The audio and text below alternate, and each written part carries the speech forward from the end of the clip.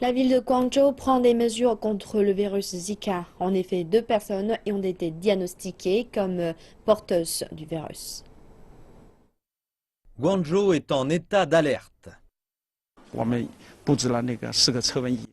Nous avons installé des appareils infrarouges pour lire la température du corps.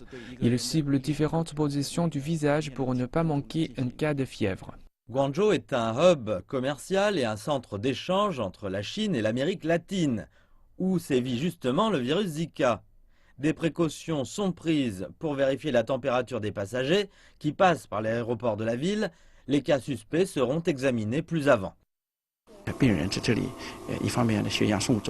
Après avoir envoyé des échantillons de sang, nous allons informer le centre d'urgence pour qu'il transfère le patient et le place en isolation pour traitement. Des procédés de surveillance supplémentaires ont été installés dans les ports, les stations de bus de la province, mais les médecins disent que la possibilité d'une épidémie est faible.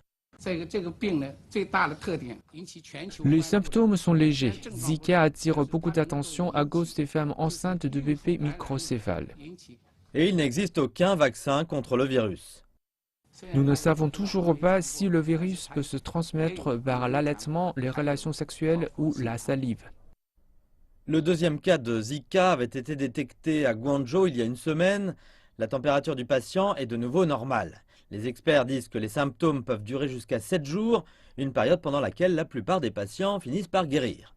Les provinces du sud de la Chine ont commencé une campagne d'élimination des moustiques avant la saison chaude.